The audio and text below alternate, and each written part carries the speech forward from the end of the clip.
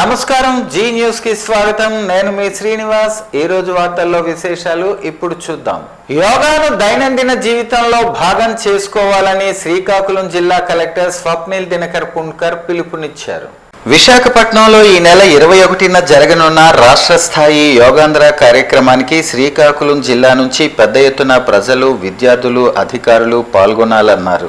శనివారం శ్రీకాకుళం జిల్లా కేంద్రంలోని 80 అడుగుల రోడ్లో మాక్ యోగా కార్యక్రమం అత్యంత ఘనంగా నిర్వహించారు. ఈ కార్యక్రమాన్ని విజయవంతం చేయడానికి అధికారులు సమిష్టిగా కృషి చేశారు. ఉదయం 8 గంటలకు ప్రారంభమైన యోగా సదస్సులో కామన్ యోగా ప్రోటోకాల్కు అనుగుణంగా విన్యాసాలు నిర్వహించారు.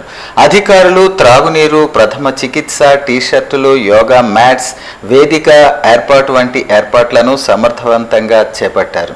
అన్ని శాఖల అధికారులు, పాఠశాలలు, శిక్షణ నిపుణులు, ఫిజికల్ ఎడ్యుకేషన్ టీచర్లు, యోగా ఇన్స్ట్రక్టర్లు బృందాలుగా భాగస్వామ్యమయ్యారు. కలెక్టర్ మాట్లాడుతూ నగరంలోని 80 అడుగుల రోడ్డును ప్రతిరోజు ఉదయం 6 గంటల నుంచి 8 గంటల వరకు యోగా, మెంటల్ ఫిట్నెస్, స్కేటింగ్ వంటి ఆరోగ్యకరమైన కార్యకలాపాలకు కేటాయించాలని నిర్ణయించామన్నారు. ఇప్పటికీ యోగా ప్రారంభించిన వారు యూట్యూబ్లో కామన్ యోగా ప్రోటోకాల్ను చూసి సాధన మొదలు పెట్టవచ్చని సూచించారు. ప్రతి ఒక్కరూ యోగా సాధనలో భాగస్వాములై తమ ఆరోగ్యాన్ని మెరుగుపరుచుకోవాలని ఆయన పిలుపునిచ్చారు.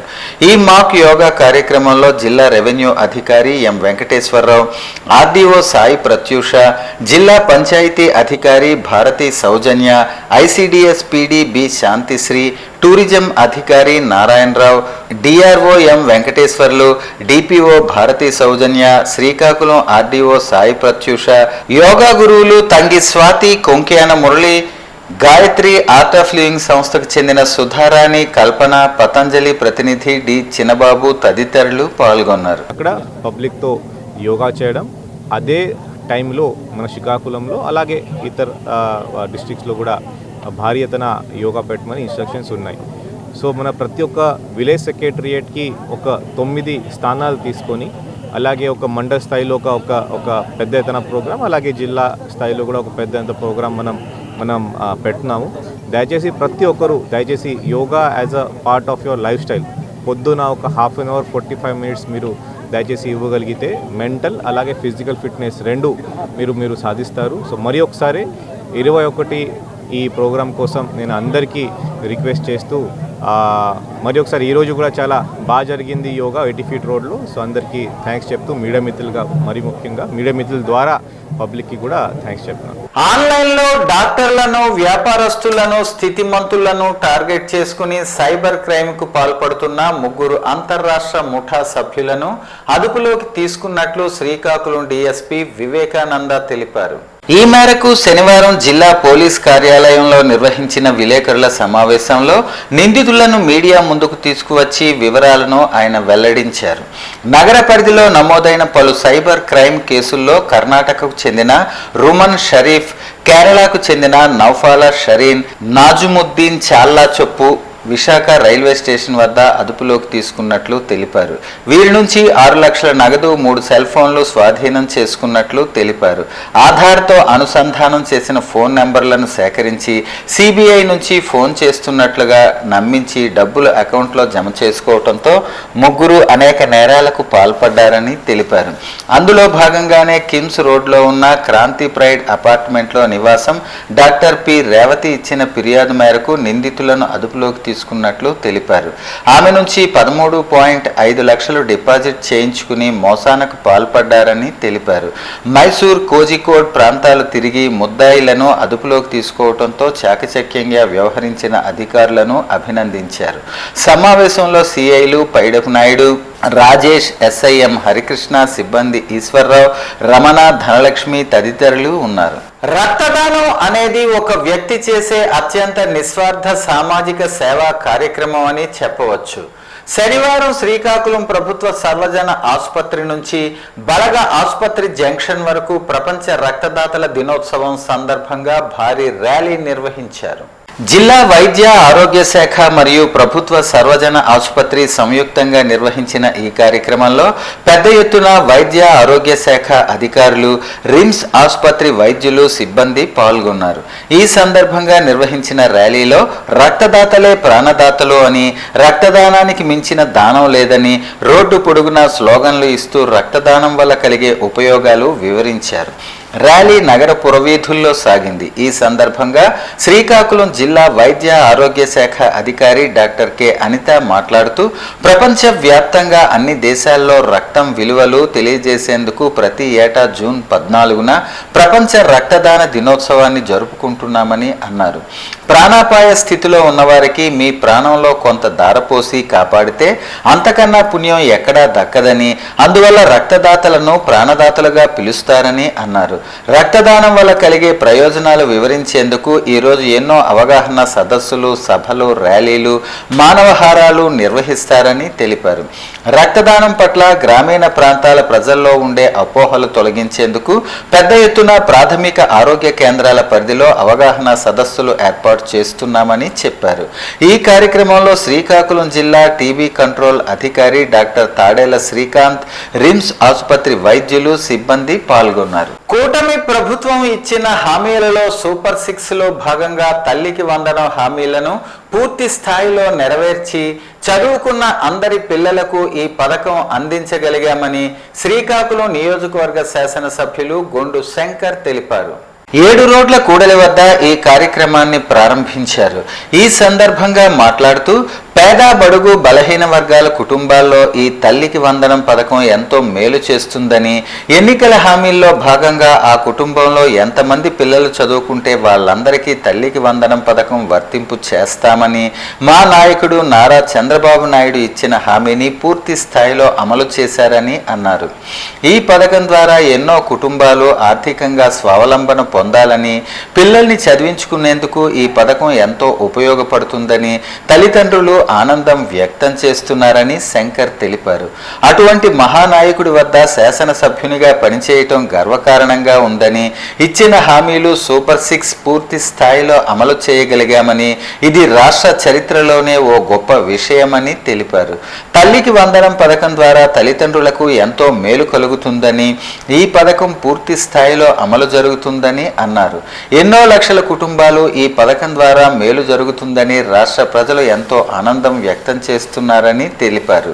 ఈ కార్యక్రమంలో నియోజకవర్గ తెలుగు మహిళా అధ్యక్షురాలు స్వాతి శంకర్, తెలుగుదేశం పార్టీ శ్రేణులు, కార్యకర్తలు, తల్లిదండ్రులు పెద్ద సంఖ్యలో పాల్గొన్నారు. బుక్స్ కొనేలేని పరిస్థితి, చాలా ఇబ్బందులు ఉన్నటువంటి ఫ్యామిలీస్కి ఇది ఎంతో ఉపయోగకరం. ఇప్పుడే ఒక ఆవిడ చెప్పారు, వాళ్ళు పకోడీ సమోసాలు వేసుకునే వాళ్ళు, అలాంటి దాంట్లో 4 పిల్లలకి చదివించడం, ఒక అమ్మాయి ఎంటర్ అయిపోయింది. అలాంటి సందర్భంలో 4 పిల్లలకి మేము చదివించడం ఎంతో ఇబ్బందికరం. అలాంటి సందర్భంలో 3 పిల్లలు డబ్బులు వేయడం మాకు ఎంతో ఆనందకరం ఉంది అని చెప్పారు. ఇలాగ రాష్ట్ర వ్యాప్తంగా చూసుకుంటే ఎన్నో వేల కొలది, లక్షల కొలది ఉదాహరణలు మనం ఎగ్జాంపుల్స్ తీసుకురావచ్చు. ఈ సందర్భంగా మాకు చాలా గర్వంగా ఉంది. అలాంటి మహానాయకుడి వద్ద ఎమ్మెల్యేగా పనిచేస్తూ ఈరోజు రాష్ట్ర అభివృద్ధి కోసం, అలాగే ప్రజల సంక్షేమం కోసం తోడ్పడుతున్నందుకు ఈ సందర్భంగా గౌరవ ముఖ్యమంత్రి వర్యులకి శ్రీ నారా చంద్రబాబు నాయుడు గారికి, అలాగే విద్యాశాఖ మంత్రి లోకేష్ అన్న గారికి, అలాగే ఉప ముఖ్యమంత్రి వర్యులకి, అలాగే నరేంద్ర మోడీ గారికి నా హృదయపూర్వక ధన్యవాదాలు, నమస్కారాలు తెలియజేసుకుంటాను. అంటే వీధిలో అందరూ అమ్మకు వందనం పడింది, అమ్మకు వందనం పడింది అంటే మేము అసలు అనుకోలేదు అది వస్తుంది చేస్తుంది అని. కానీ అట్లా మామూలుగా అకౌంట్లో వెళ్ళి చెక్ చేసేసరికి నిజంగానే అందులో ఉంది. కానీ స్కూల్ ఫీజులు కట్టే టైంకి బాగానే ఇచ్చారు, ఇచ్చి మా హ్యాపీగా ఉన్నాం. అంటే కొంచెం సాయం చేసినట్టు అయింది. అంటే ఫీజు ముగ్గురు పిల్లలకి పడింది. సీఎం గారికి, పవన్ కళ్యాణ్ గారికి, నారా లోకేష్ గారికి, ముగ్గురికి ఇంకా ఉండేటప్పుడు 2 సార్లే మాకు పడ్డది. మూడో పడలేదు మాకు, ఒకరికే పడ్డది. అప్పుడు 3 పిల్లలకి పడలేదు, ఇప్పుడు 3 పిల్లలకి పడ్డది. చాలా సంతోషంగా ఉంది. పాతపట్నం నియోజకవర్గం హిరమండలం మేజర్ పంచాయతీలో ఉన్న మోనింగివాని చెరువు అభివృద్ధికై ఉన్నత అధికారులతో మాట్లాడి చెరువు అభివృద్ధికి సహాయ సహకారాలు చేస్తానని పాతపట్నం నియోజకవర్గం శాసనసభ్యులు మామిడి గోవిందరావు హామీ ఇచ్చారు. గత ప్రభుత్వం నిర్లక్ష్య ధోరణి వల్ల గతంలో గౌరవనీయులు శ్రీ ఎంపీ కింజరాపు రామ్మోహన్ నాయుడు గతంలో నిధులు మంజూరు చేశారు. కానీ గత నాయకులు నిర్లక్ష్యం వల్ల అభివృద్ధికి నోచుకోలేదన్నారు. ఇప్పుడు మన కూటమి ప్రభుత్వం ఆధ్వర్యంలో ఉన్నత అధికారులతో మాట్లాడి తక్షణమే MGNREGS నిధుల ద్వారా వినియోగించి వాటి చెరువు అభివృద్ధి చేస్తానని హామీ ఇచ్చారు. కార్యక్రమంలో మండల నాయకులు, కార్యకర్తలు తదితరులు పాల్గొన్నారు. మహిళల పట్ల అసభ్యకరంగా మాట్లాడిన కొమ్మినేని శ్రీనివాసరావుకు బెయిల్ రావటం, దాన్ని వైఎస్ఆర్ కాంగ్రెస్ పార్టీ అధ్యక్షులు వైఎస్ జగన్మోహన్ రెడ్డి సమర్థించటం హాస్యాస్పదంగా ఉందని శ్రీకాకుళం నియోజకవర్గ తెలుగు మహిళా అధ్యక్షురాలు గొండు స్వాతి శంకర్ అన్నారు. శ్రీనివాసరావు బెయిల్ను నిరసిస్తూ 7 రోడ్ల జంక్షన్ వద్ద మహిళలు పెద్ద సంఖ్యలో నిరసన తెలిపారు. ఈ సందర్భంగా మాట్లాడుతూ మహిళలపై అసభ్యకర పదజాలం, అమర్యాదగా మాట్లాడటం, దానిని సమర్థించుకోవటం జగన్మోహన్ రెడ్డికి ఎంతవరకు సమంజసం, దాన్ని పునరాలోచించుకుని తెలుగు మహిళలకు క్షమాపణ చెప్పాలని డిమాండ్ చేశారు. ఇప్పటికే మహిళలు బుద్ధి చెప్పారని, ఇంకా ఉన్న విలువలను పోగొట్టుకోకుండా గౌరవప్రదంగా ఉండటం నేర్చుకోవాలని, నిందితులను వెనకేసుకురావటం హాస్యాస్పదమని, ఇప్పటికే తెలుగు మహిళల ఆగ్రహానికి గురయ్యారని, ఇప్పటికైనా తెలుసుకోవాలని తెలిపారు. ప్రవర్తనలోన, మాట తీరులోన మార్పు రాకపోతే రాబోయే రోజుల్లో మరింత గుణపాఠం చెప్పవలసి ఉంటుందని, ఇప్పటికైనా తెలుగు ప్రజల ఆత్మగౌరవాన్ని కాపాడే విధంగా ప్రయత్నం చేయాలని అన్నారు. ఈ కార్యక్రమంలో జిల్లా మహిళా అధ్యక్షురాలు మెట్ట సుజాత, తెలుగు మహిళా కార్యకర్తలు, మహిళలు పెద్ద సంఖ్యలో పాల్గొన్నారు. అందరికీ నమస్కారం. నిన్న శ్రీనివాసరెడ్డి గారికి బెయిల్ రావడం జరిగింది. దాన్ని సమర్థిస్తూ జగన్మోహన్ రెడ్డి గారు తానేమీ తప్పు చేయలేదు అనే విధంగా పోస్ట్ చేయడం జరిగింది. ఇది చాలా అన్యాయం. మహిళల పట్ల ఉన్న గౌరవం అదేనా అని నేను ప్రశ్నిస్తున్నాను.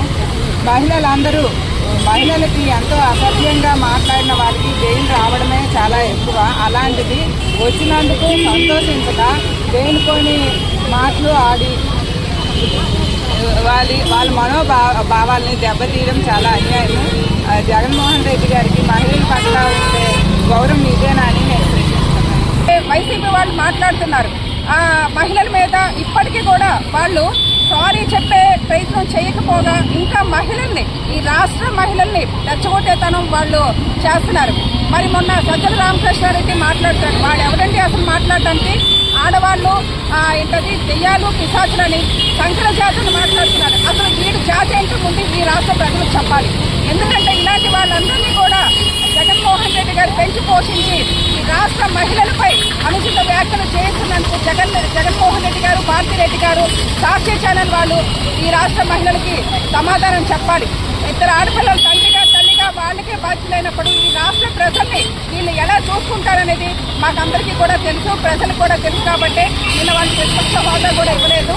మరి ఇంకా ఇక్కడితో వీళ్ళు ఆగకపోతే ఈ వైసీపీ పార్టీకి ఇలా రోడ్ల మీదకి వచ్చి దిగే పరిస్థితి కూడా రాకుండా ఈ రాష్ట్ర మహిళలు చేస్తారని నేను ఈ సభాముఖంగా తెలియజేస్తున్నాను. కొమ్మినేని శ్రీనివాసరావు అరెస్టు అక్రమమని, సుప్రీంకోర్టు తీర్పుతో అది రుజువైందని వైఎస్ఆర్సీపీ రాష్ట్ర క్రమశిక్షణ కమిటీ సభ్యులు, మాజీ ఎమ్మెల్యే శ్రీమతి రెడ్డి శాంతి అన్నారు.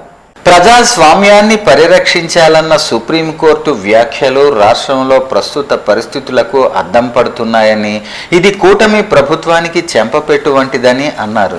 చంద్రబాబు ప్రభుత్వం కక్ష సాధింపు చర్యలకు పాల్పడుతూ పత్రికా స్వేచ్ఛను కాలరాస్తోందని అన్నారు. టీడీపీ ప్రభుత్వం సాక్షి మీడియా గ్రూపును లక్ష్యంగా చేసుకుని చేస్తున్న పనులు అత్యంత హేయమైనవి, అప్రజాస్వామికమైనవని తీవ్రంగా ఖండించారు. ఇటీవల సాక్షి కార్యాలయాలపై పథకం ప్రకారం టీడీపీ కూటమి నేతలు దాడులు చేశారన్నారు. ఆంధ్రప్రదేశ్లో కూటమి ప్రభుత్వం అరాచకాలు పతాక స్థాయికి చేరాయన్నారు. నిరంకుశంగా, అప్రజాస్వామికంగా, అరాచకంగా వ్యవహరిస్తున్న చంద్రబాబుకు సుప్రీంకోర్టు గట్టిగా బుద్ధి చెప్పిందని అన్నారు. చంద్రబాబు కూటమి ప్రభుత్వం పత్రికా స్వేచ్ఛను హరించే యత్నాలకు సుప్రీంకోర్టు తీర్పు గట్టి హెచ్చరిక అని ఆమె స్పష్టం చేశారు. ప్రజాస్వామ్యంలో 4వ స్తంభమైన పత్రికా స్వేచ్ఛను అణచివేయటం, మీడియా సంస్థలపై దాడులు చేయటం ప్రజాస్వామ్య విలువలకు విరుద్ధమని అన్నారు. వైఎస్ఆర్సీపీ ప్రజాస్వామ్య సూత్రాలను పత్రికా స్వేచ్ఛను బలంగా విశ్వసిస్తుందని, సాక్షి మీడియా గ్రూప్పై జరుగుతున్న ఈ దాడులను తీవ్రంగా ఖండిస్తున్నామన్నారు. కూటమి ప్రభుత్వం రెడ్ బుక్ రాజ్యాంగం పేరుతో అక్రమ అరెస్టులు ఆపాలని, బాబాసాహెబ్ అంబేద్కర్ రాజ్యాంగాన్ని అమలు చేయాలని డిమాండ్ చేశారు. మొత్తంగా సుప్రీంకోర్టు తీర్పును పత్రికా స్వేచ్ఛకు, ప్రజాస్వామ్యానికి లభించిన విజయంగా రాష్ట్ర ప్రభుత్వానికి ఒక గుణపాఠం అని అన్నారు. రాష్ట్రంలో నెలకొన్న ఈ అరాచక పరిస్థితులపై ప్రజలు ఆలోచిస్తున్నారని, ప్రజాస్వామ్యాన్ని కాపాడుకోవటానికి తగిన బుద్ధి చెప్పే రోజులు దగ్గరలో ఉన్నాయని హెచ్చరించారు. వైద్యులు రక్తదాతలే నిజమైన ప్రాణదాతలని పలాస కాశీబుగ్గ డిఎస్పి వెంకటప్పారావు అన్నారు. నేడు ప్రపంచ రక్తదాతల దినోత్సవం సందర్భంగా Palasa cashew labour rice millers కార్మిక భవనం వద్ద ఆ నలుగురు ట్రస్ట్ ఆధ్వర్యంలో రక్తదాన శిబిరాన్ని నిర్వహించారు. ముఖ్య అతిథిగా పలాస కాశీబుగ్గ డిఎస్పి వెంకటప్పారావు ప్రారంభించి మాట్లాడుతూ, రక్తదాన శిబిరంలో యువత స్వచ్ఛందంగా ముందుకు వచ్చి రక్తదానం చేశారని, ఒకరి రక్తం మరొకరి ప్రాణం పోస్తుందంటే ఆ కుటుంబానికి వెలుగునిస్తుందని, అలాంటి రక్తదానానికి ప్రతి ఒక్కరూ ముందుకు రావాలని, పలాస పరిసర ప్రాంతాలలో ఆ నలుగురు ట్రస్ట్ రక్తదాన కార్యక్రమాలు ఎంతో అభినందనీయమన్నారు. ఆ నలుగురు సభ్యులు ఉర్లాం శివతేజ పట్నాయక్ సేవలు హర్షణీయమని, ప్రతినిత్యం ఆయన చేస్తున్న సేవలు పలు పత్రికలలో చూస్తున్నామన్నారు. రక్తదాత నీకు వందనమని, ప్రాణాలు కాపాడాల్సిన బాధ్యత మన అందరిదని lions club Srikakulam zone chairman Ponnada Ravikumar అన్నారు. ప్రపంచ రక్తదాతల దినోత్సవం సందర్భంగా స్థానిక లయన్స్ రక్తనిధి కేంద్రంలో blood bank manager Kontham Sunil Kumar ఆధ్వర్యంలో రక్తదాన శిబిరాన్ని నిర్వహించారు. ముఖ్య అతిథిగా పాల్గొన్న లయన్ పొన్నాడ రవికుమార్ మాట్లాడుతూ, ప్రతి ఒక్క పౌరుడు మానవతా దృక్పథంతో స్వచ్ఛందంగా ముందుకు వచ్చి 10 మంది ప్రాణాలు కాపాడటంలో భాగమవ్వాలని, శ్రీకాకుళం జిల్లాలో రక్త కొరత ఎక్కువగా ఉందని, గర్భిణీలు, తలసేమియా పిల్లలు, రోడ్డు ప్రమాద బాధితులు, ఇతర కారణాలతో రక్తం అవసరం పడుతుందని, వేసవి దృష్ట్యా రక్త కొరత ఎక్కువైందని, నగరంలో ఏ ఒక్క రక్తనిధి కేంద్రంలో కూడా రక్తం నిండుగా ఉండలేదన్నారు. దయచేసి సహృదయంతో ఆలోచించి తమ రక్తదానంతో ప్రాణదాతలుగా మారి వారి ప్రాణాలను కాపాడాలన్నారు. అనంతరం blood bank manager Kontham Sunil Kumar మాట్లాడుతూ, ప్రపంచ రక్తదాతల దినోత్సవాన్ని పురస్కరించుకొని నేడు రక్తదానం చేసిన సిహెచ్ అరుణ్ కుమార్, ఎస్ శివ, ఎం శరత్ చంద్ర తదితరులకు ధన్యవాదాలు తెలుపుతూ ముఖ్య అతిథి చేతుల మీదుగా జ్ఞాపికను, ప్రశంసా పత్రాలను అందించి దుస్సాలువాలతో ఘనంగా సత్కరించారు. కూటమి ప్రభుత్వం ఎన్నికల హామీ ప్రచార కార్యక్రమంలో భాగంగా రాష్ట్రంలో అనేక మంది నిరుద్యోగులు ఉన్నారని, ఆ నిరుద్యోగులకు ప్రతి నెల నిరుద్యోగ భృతి 3,000 రూపాయలు ఇస్తామని హామీ ఇచ్చిన నేపథ్యంలో ఇంతవరకు ఏ నిరుద్యోగికి కూడా నిరుద్యోగ భృతి ఇవ్వకపోవటం ఏమిటని ఏఐవైఎఫ్ రాష్ట్ర అధ్యక్షులు మొజ్జాడ యుగంధర్, ఏఐవైఎఫ్ జిల్లా ప్రధాన కార్యదర్శి కొన్న శ్రీనివాస్ ప్రభుత్వాన్ని ప్రశ్నించారు. శ్రీకాకుళం నగరం స్థానిక క్రాంతి భవన్లో పత్రికా సమావేశం ఏర్పాటు చేశారు. అనంతరం వారు మాట్లాడుతూ, రాష్ట్రంలో నిరుద్యోగ యువతకు నెలకు 3,000 రూపాయలు చొప్పున నిరుద్యోగ భృతి చెల్లిస్తామని చెప్పిన ముఖ్యమంత్రి నారా చంద్రబాబు నాయుడు మాట ఇచ్చి మాయ చేశాడని అన్నారు. నిరుద్యోగ యువకుల ఓట్లతో అధికారం చేజిక్కించుకున్న కూటమి ప్రభుత్వం నిరుద్యోగుల ఆశల మీద నీళ్లు చెల్లారని అన్నారు. ప్రభుత్వం ఏర్పడి సంవత్సర కాలం గడుస్తున్న నేపథ్యంలో సంబరాలు చేసుకుంటున్న కూటమి ప్రభుత్వం ఏమి సాధించారో చెప్పి సంబరాలు చేసుకోవాలని అన్నారు. అధికారంలోకి వచ్చి ఏడాది కావస్తున్న నిరుద్యోగుల ఊసే ప్రభుత్వం ఎత్తని పరిస్థితి ఉందని, రాష్ట్రంలో 18 నుంచి 50 సంవత్సరాల మధ్య వయసు వారిలో ఏ ఉపాధి లేనివారు 1,56,00,000 మంది ఉన్నట్లు ప్రభుత్వం గణాంకాలు తెలియజేస్తున్నాయని అన్నారు. ఇంతమంది నిరుద్యోగులు ఉన్న రాష్ట్రంలో ఉద్యోగులకు ఉపాధి అవకాశాలు కల్పించవలసిన పరిస్థితి రాష్ట్ర ప్రభుత్వానికి ఉందని అన్నారు. మరోప్రక్క రాష్ట్ర ప్రభుత్వ శాఖలలో లక్షలాది పోస్టులు ఖాళీగా ఉన్న నేపథ్యంలో రాష్ట్ర ప్రభుత్వం శ్వేతపత్రం విడుదల చేసి ఉద్యోగాలు కల్పించవలసిన పద్ధతి ప్రభుత్వానికి లేదని అన్నారు. తక్షణమే రాష్ట్ర ప్రభుత్వం నిరుద్యోగులకు ఉపాధి అవకాశాలు కల్పించి నిరుద్యోగ భృతిని ఇవ్వాలని, లేని పక్షంలో ఏఐవైఎఫ్ ఆధ్వర్యంలో ప్రత్యక్ష ఆందోళనకు పిలుపునిస్తామని డిమాండ్ చేశారు. ఉమ్మడి శ్రీకాకుళం జిల్లా పూర్తిగా వ్యవసాయ ఆధారం. అందులో ప్రధానంగా వరి సాగు 1,75,000 ఎకరాలు సాగు అవుతుందని ఆంధ్రప్రదేశ్ రైతు సంఘం జిల్లా ప్రధాన కార్యదర్శి బుడితి అప్పలనాయుడు అన్నారు. వచ్చే ఖరీఫ్ సీజన్కు గాను సుమారు 5.5 టన్నుల వివిధ రకాలైన వరి విత్తనం అవసరమై ఉందని, ప్రభుత్వ నిబంధనల ప్రకారం సాగు మొత్తంలో కేవలం 33% మాత్రమే వరి విత్తనాలు సరఫరా చేయటం ఆనవాయితీగా మారిందన్నారు. ఉత్తరాంధ్రలో అత్యధికంగా సాగు చేస్తున్న సంపద మసూరి, అత్యధిక భాగం వరి పంట సాగు అవుతుందని పేర్కొన్నారు. కానీ పాలకపక్షాలు మారుతుండొచ్చు, కానీ వారి విధానంలో మాత్రం రైతులకు కావలసిన వరి విత్తనాలను సరఫరా చేయటంలో పాలకులు విఫలమవుతూ ఉన్నారన్నారు. శ్రీకాకుళం జిల్లాలో అన్ని రకాల వరి విత్తనాలు సుమారు 5.5 టన్నులు కావలసి ఉంది. కానీ ప్రస్తుతానికి సుమారు 2.5 టన్నులు మాత్రమే సరఫరా చేసి చేతులు దులుపుకోవటానికి ప్రభుత్వం సిద్ధమవుతుందని ఆంధ్రప్రదేశ్ రైతు సంఘం జిల్లా ప్రధాన కార్యదర్శి బుడితి అప్పలనాయుడు ఆవేదన వ్యక్తం చేశారు. వార్తలు సమాప్తం. మళ్ళీ తర్వాత బులెటిన్లో కలుసుకుందాం. నమస్కారం.